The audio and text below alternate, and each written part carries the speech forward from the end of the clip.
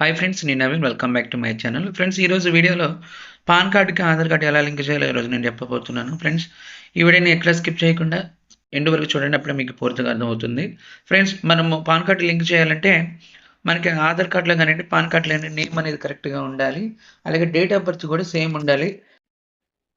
Name, date of birth same ఉన్నప్పుడు మాత్రమే మనకి పాన్ కార్డ్కి ఆధార్ కార్డ్కి లింక్ అవుతుంది. సో ఒకవేళ మీ పాన్ కార్డ్లో కానివ్వండి, ఆధార్ కార్డులో కానివ్వండి ఏమన్నా తప్పులు ఉంటే అవి అయితే రెండిట్లో సేమ్ ఉండేటట్టయితే కరెక్షన్ చేసుకున్న తర్వాతనే మీరు పాన్ కార్డ్కి ఆధార్ కార్డ్ అయితే లింక్ చేసుకోండి. సో ఈ డిసెంబర్ 31 తోటి మనకి పాన్ కార్డ్ లింకింగ్ డేట్ అనేది అయిపోతుంది. సో దాని తర్వాత మన పాన్ కార్డ్ అనేది డియాక్టివేట్ అయిపోతుంది. సో అప్పుడు మళ్ళీ 10,000 రూపీస్ ఫైన్ కట్టి మనం పాన్ కార్డ్ అయితే యాక్టివేషన్ చేసుకోవాల్సి ఉంటుంది. కాబట్టి ముందుగానే మీరు పాన్ కార్డ్కి ఆధార్ కార్డ్కి లింక్ అయితే చేసుకోండి. మీ పీసీలో క్రోమ్ బ్రౌజర్ను ఓపెన్ చేయండి. సెర్చ్ బాక్స్లో ఐటీఆర్ అని సెర్చ్ చేయండి. సో వచ్చిన ఫస్ట్ వెబ్సైట్ని అయితే ఓపెన్ చేయండి. సో ఓపెన్ చేసిన తర్వాత కింద స్క్రోల్ చేయండి. ఇక్కడ లింక్ ఆధార్ అని ఉంటుంది. సో దాని మీద క్లిక్ చేయండి.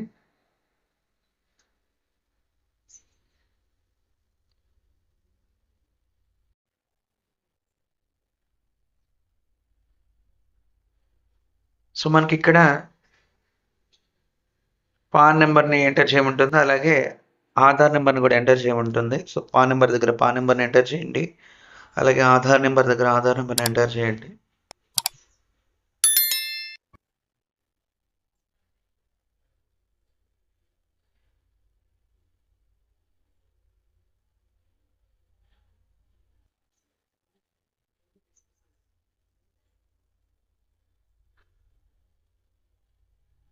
సో ఇక్కడ వ్యాలిడేట్ ఉంటుంది, వ్యాలిడేట్ మీద క్లిక్ చేయండి, కంటిన్యూ మీద క్లిక్ చేయండి.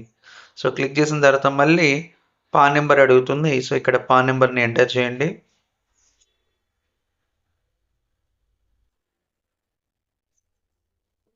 మళ్ళీ కన్ఫర్మ్ పాన్ నెంబర్ దగ్గర మళ్ళీ పాన్ నెంబర్ని ఎంటర్ చేయండి.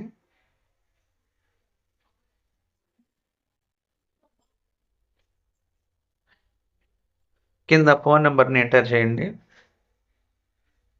సో ఇక్కడ ఆధార్ కార్డుకి లింక్ అయిన ఫోన్ నెంబర్ని మనం ఎంటర్ చేయాల్సి ఉంటుంది.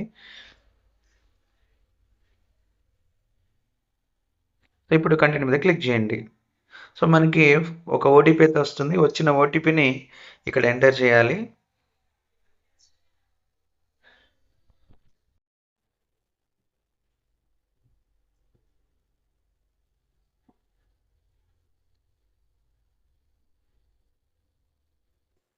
వచ్చిన ఓటీపీని ఎంటర్ చేసి కంటిన్యూ మీద క్లిక్ చేయాలి.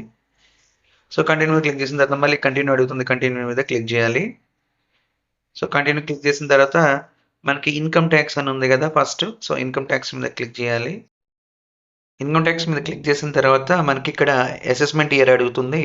సో ఇక్కడ 26, 27 ఇవ్వండి. అలాగే ఇక్కడ కిందకు వచ్చిన తర్వాత పేమెంట్స్ దగ్గర అదర్ పేమెంట్స్ మీద క్లిక్ చేసి లేట్ ఫీ అని ఉంటుంది కదా, లేట్ ఫీ అని మీద క్లిక్ చేసి కంటిన్యూ మీద క్లిక్ చేయండి.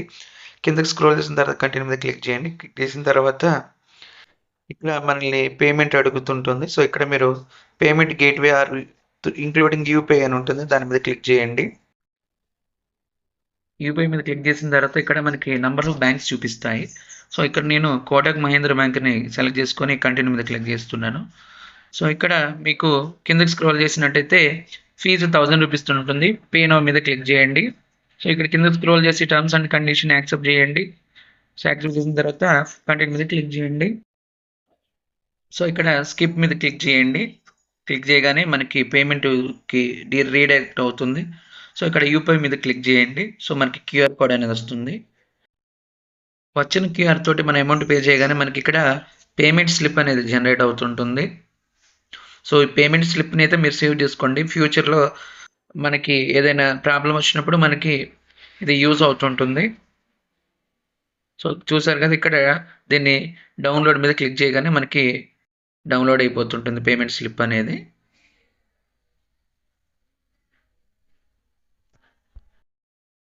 సో ఈ స్లిప్కి మీరు నేమ్ ఇచ్చేసి ఎక్కడొక్కడ సేవ్ అయితే చేసుకొని పెట్టుకోండి. మనం చేసిన ఈ పేమెంట్ అప్డేట్ కావడానికి 24 అవర్స్ అయితే పడుతుంది. సో నెక్స్ట్ ప్రాసెస్ అనేది మీరు 24 అవర్స్ తర్వాత మాత్రమే చేయాలి. 24 అవర్స్ తర్వాత నేను సెకండ్ ప్రాసెస్ని అయితే స్టార్ట్ చేస్తున్నాను. క్రోమ్ బ్రౌజర్ని ఓపెన్ చేసి సెర్చ్ బాక్స్లో మళ్ళీ ఐటీఆర్ అని సెర్చ్ చేయండి.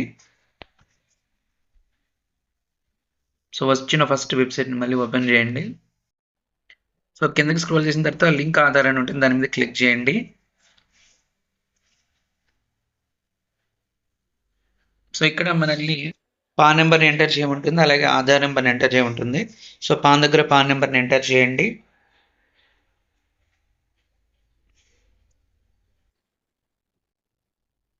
అలాగే ఆధార్ నెంబర్ దగ్గర ఆధార్ నెంబర్ని ఎంటర్ చేయండి.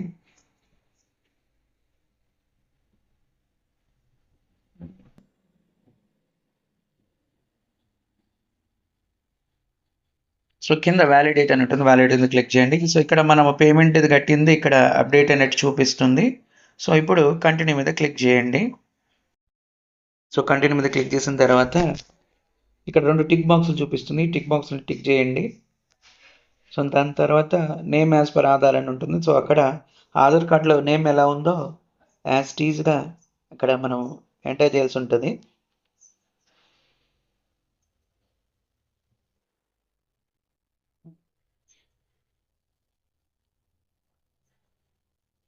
అలాగే ఫోన్ నెంబర్ని కూడా ఎంటర్ చేయాలి.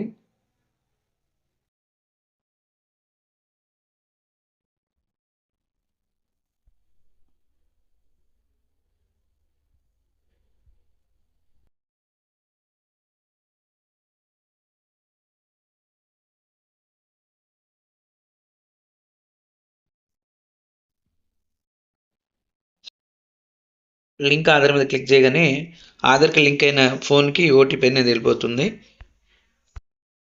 వచ్చిన ఓటీపీని ఇక్కడ ఎంటర్ చేయాలి.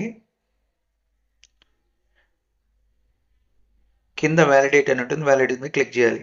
సో క్లిక్ చేయగానే మన రిక్వెస్ట్ అనేది వాళ్ళకి వెళ్ళిపోతుంటుంది. సో 48 అవర్స్ తర్వాత పాన్ ఆధార్ లింక్ స్టేటస్ని చెక్ చేసుకోమని ఇక్కడ ఒక మెసేజ్ అయితే చూపిస్తుంటుంది. సో ఇప్పుడు మనము 48 అవర్స్ కానీ నెక్స్ట్ డే కానీ 24 అవర్స్ తర్వాత మనము ఈ స్టేటస్ అనేది చెక్ చేసుకోవచ్చు. సో నేను ఇప్పుడు ఆ స్టేటస్ కూడా ఇప్పుడు మీకు చెక్ చేసి చూపిస్తాను. మీ పీసీలో క్రోమ్ బ్రౌజర్ని ఓపెన్ చేయండి. సెర్చ్ బాక్స్లో ఐటీ అని సెర్చ్ చేయండి. వచ్చిన ఫస్ట్ వెబ్సైట్ని అయితే ఓపెన్ చేయండి. ఓపెన్ చేసిన తర్వాత కిందకి స్క్రోల్ చేయండి. ఇక్కడ లింక్ ఆధార్ స్టేటస్ అని ఉంటుంది, దాని మీద క్లిక్ చేయండి.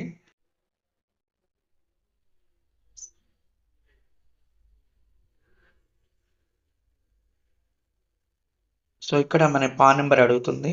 సో పాన్ నెంబర్ దగ్గర పాన్ నెంబర్ని ఎంటర్ చేయండి. అలాగే ఆధార్ నెంబర్ దగ్గర ఆధార్ నెంబర్ని ఎంటర్ చేయండి.